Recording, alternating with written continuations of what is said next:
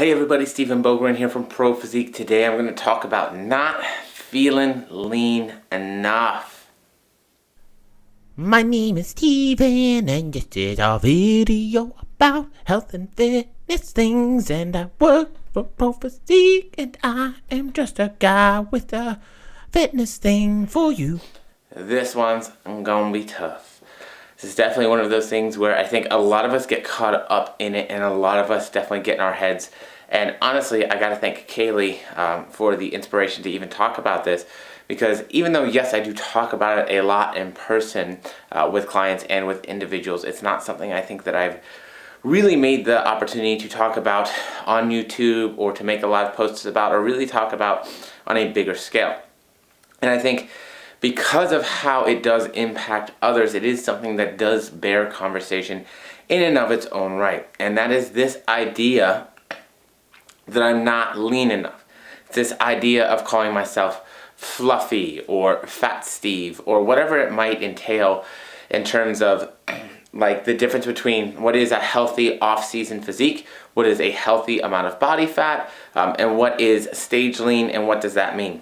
I do think it bears to mention that I am probably closer to stage lean right now than I need to be. And for those of you who know me, I just got done competing in jiu-jitsu. So I did diet down a bit to make sure that I made weight for my competition category. And so that is why I am as lean as I am. Now, I have definitely been not as lean, and we're probably talking about a difference of roughly 10 pounds or so in terms of my body weight from where I'm normally maintaining. I probably have about another 10 pounds to go if I wanted to be truly stage lean for where I would need to be as a male competitor to be competitive. But I'm going to go ahead and I'm going to put in some video of myself where I'm posing a little bit for you, and that's just literally just from this morning. No peaking, no craziness. I did up my calories a little bit for this week and going into the show, or the competition, excuse me, just to make sure that I'm feeling a little bit better, because again, I don't need to be this lean. So I'm currently working on bringing my calories up, bringing my cardio down, and improving kind of how I feel, my energy levels, my performance, those kind of things.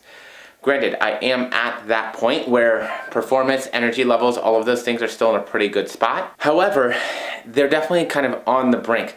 Some days I feel pretty good, some days I don't. I've definitely been a bit more irritable lately. And those are things that you will absolutely notice as you get lean. So making sure that we're doing refeeds, making sure that we're doing diet breaks, those kind of things help to kind of moderate and manage that.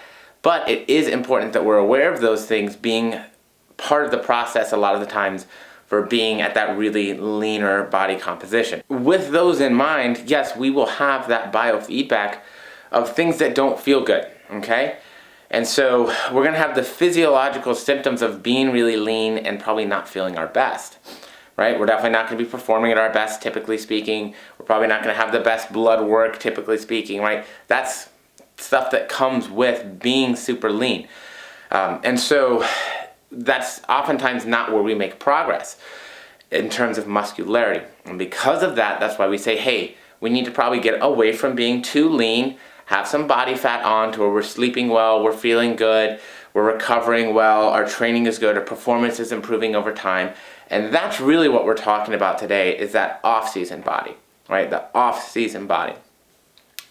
Because of the fact that we have to understand, as a physique competitor, as somebody in the fitness industry, oftentimes what is going to happen is we're going to get really lean to where we don't feel good, to where we don't perform well, to where our sleep isn't great, to where we have the biological feedback of saying, hey, we probably need to eat some more, hunger signals high, those kind of things.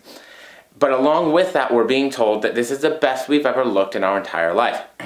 Remember, being lean and getting that lean is to show off our muscularity and shape. So being that lean doesn't make us more muscular, it just allows us to show it, right?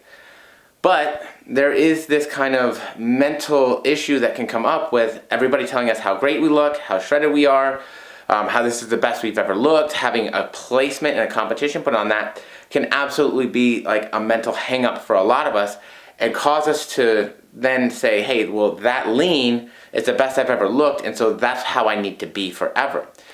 This creates issues in a slew of ways. One, it can keep us from making progress. Two, it can make us not like our body.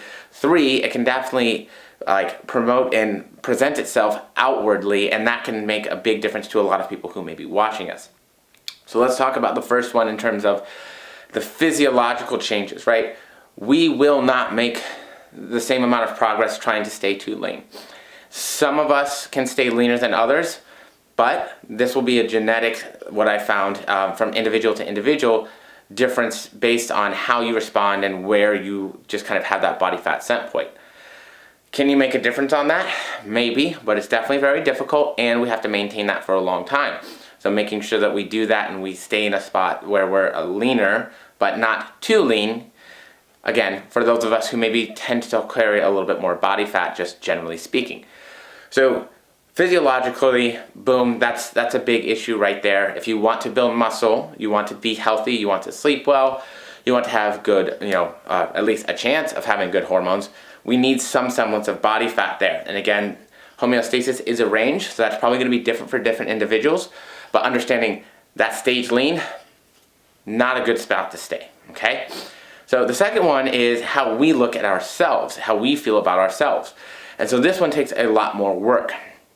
Now, if you find that you're really struggling with this, finding somebody to help that you can talk to that's a licensed clinician to be able to deal with what's going on in here and in here about what's going on out here can sometimes be really helpful. So making sure that you're finding a way to be healthy in here and here while we're getting healthy outside as well, very important. Remember, we're associating this kind of fitness, really lean physique with health, which is not the case, okay? So being understanding of how we delineate between those two things can be super important for us understanding that, hey, we don't need to stay that lean all the time. That can be detrimental, okay? But how we feel about that is a different story. So understanding that we need to find markers that aren't physique outwardly related to look at in terms of getting that progress set up so that we can be healthy. So making markers of things like sleep quality, sleep amount, our ability to uphold personal relationships, our fatigue levels, our what I like to call pissiness levels, right? How irritable are we? How fast do we get irritated? Those kind of things. Our performance levels. How are we performing in the gym? Are weights going up? Are we feeling better? Our general energy levels. Again, that goes back to fatigue, but that can also, not necessarily just be the pissiness and the irritability, but that can also be how do we feel throughout the day with energy? Are we just dragging butt through the entire day?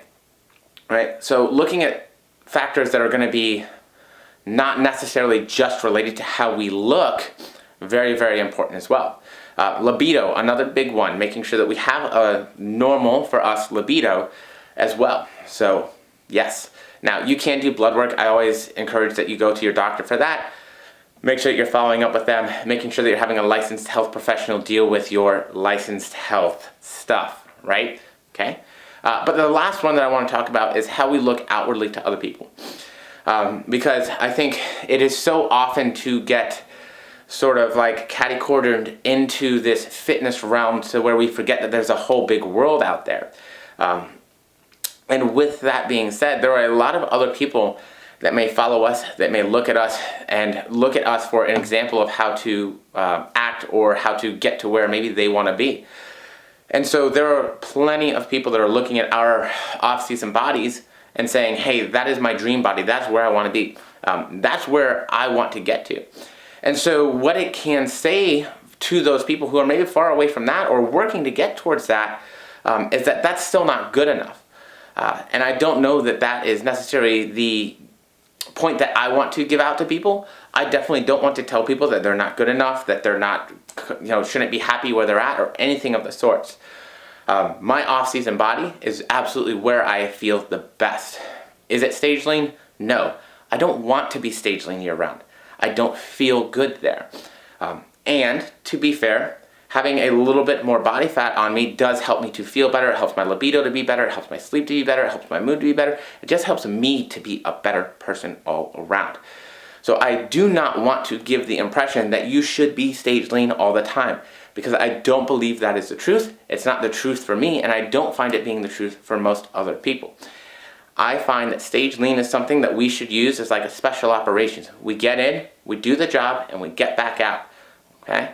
So keep that in mind. We do set a standard, we set a tone. It might not even be on Instagram or YouTube if we don't have a good big following, but even just the people in the gym, they see us working out, they see how we look, they see how we look at ourselves, and that all shows on the exterior.